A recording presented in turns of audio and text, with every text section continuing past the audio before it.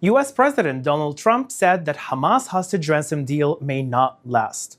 Trump was asked if he was confident the ceasefire would hold. He said, "I'm not confident, but they're very weakened on the other side."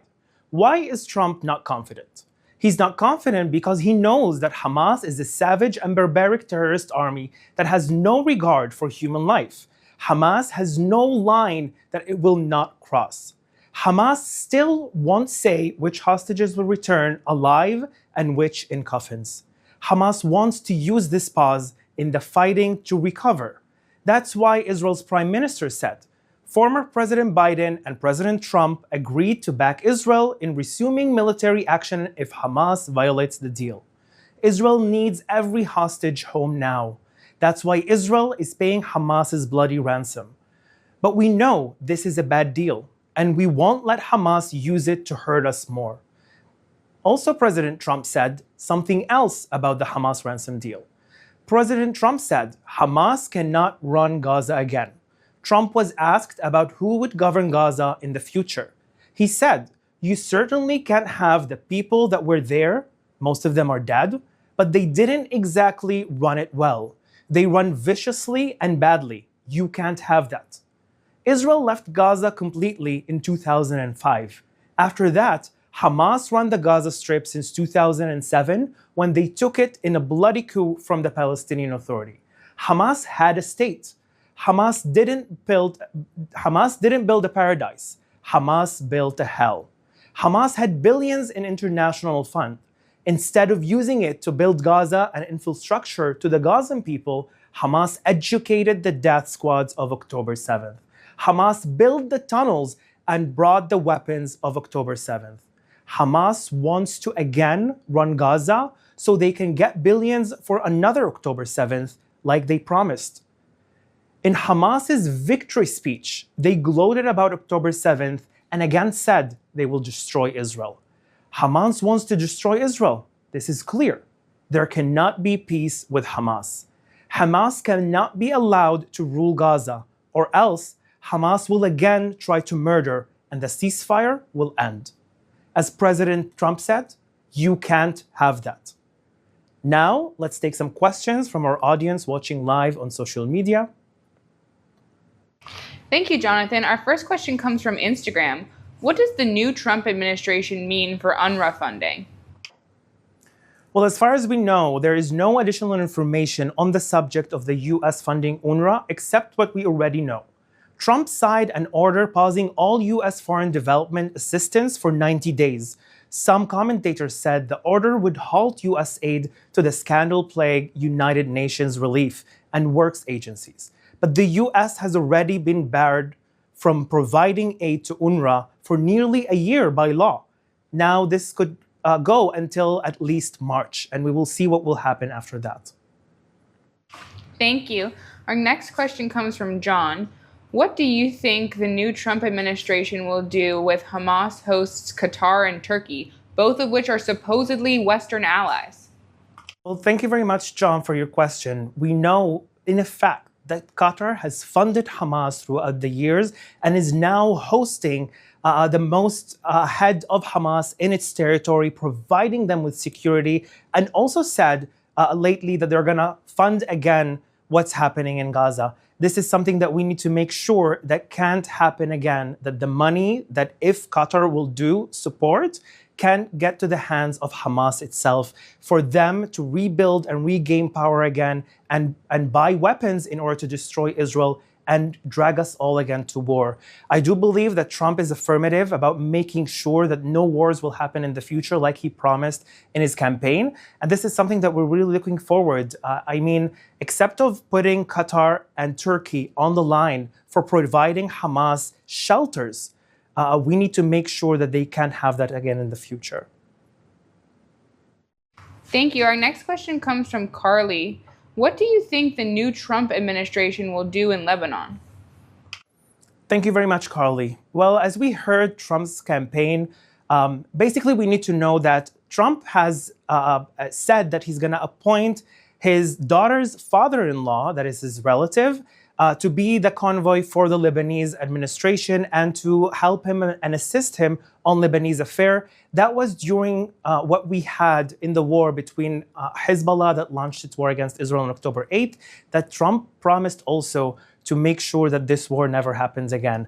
As we heard before, Trump really leading towards something that will bring any resolution to the Middle East, not just any piece of paper that is like a ceasefire, but more of a peace deal that could stand long for a long period of time.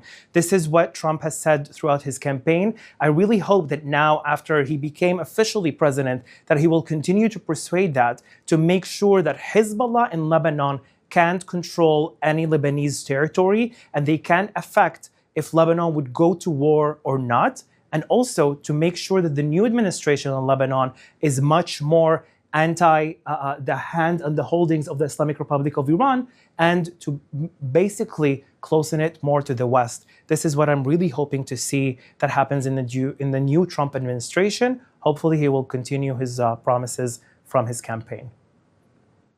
Thank you, Jonathan. Our next question comes from Ed on YouTube. How is the ceasefire in the north going? Has the retreat been completed, and is the Lebanese army working to keep away Hezbollah? Much for your question, Ed.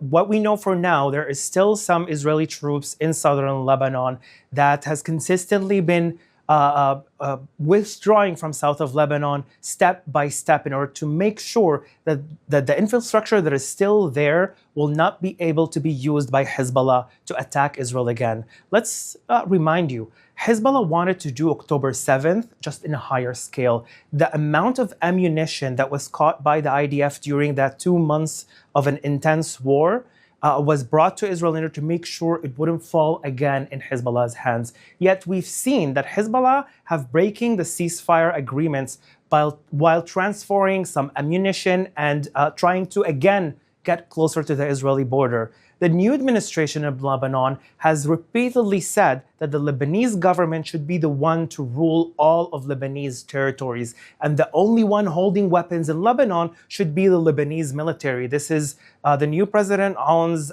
speech on the day that he was elected. Hopefully, the new government in Lebanon will continue in those steps in order to make sure that the Lebanese military will hold all the weapons that have left from Hezbollah and make sure that the border with Israel and Lebanon will stay quiet. And hopefully this also new administration, and this is my wishing, that they will continue on a step forward, not just signing a ceasefire, but signing an actual peace deal between the state of Israel and the state of Lebanon, that we can finally prosper next to each other and with each other.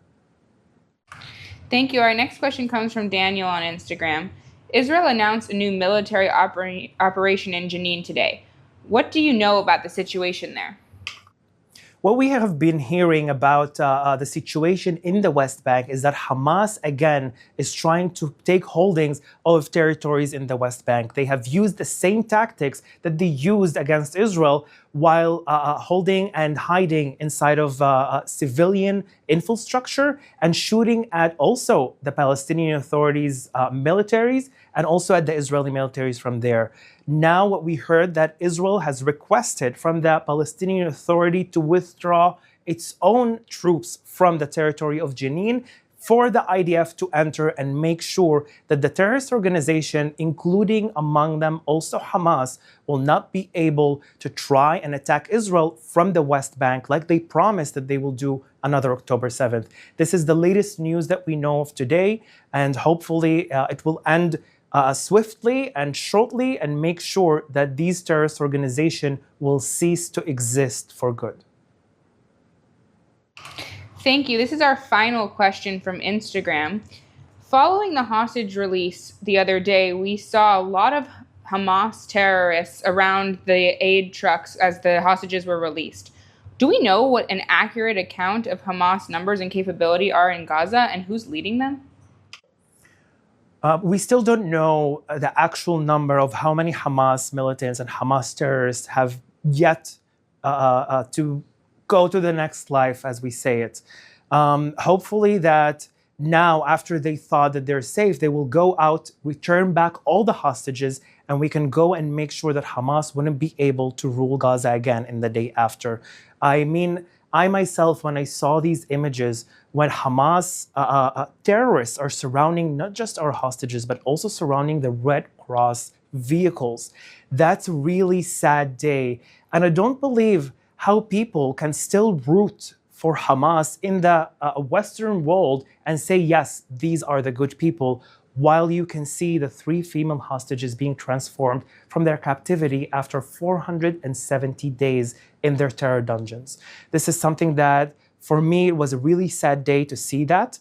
And I really hope that the world will also understand. Al Jazeera published live images of Hamas terrorists going out of hospital in Gaza. You can see them going out of a school in Gaza.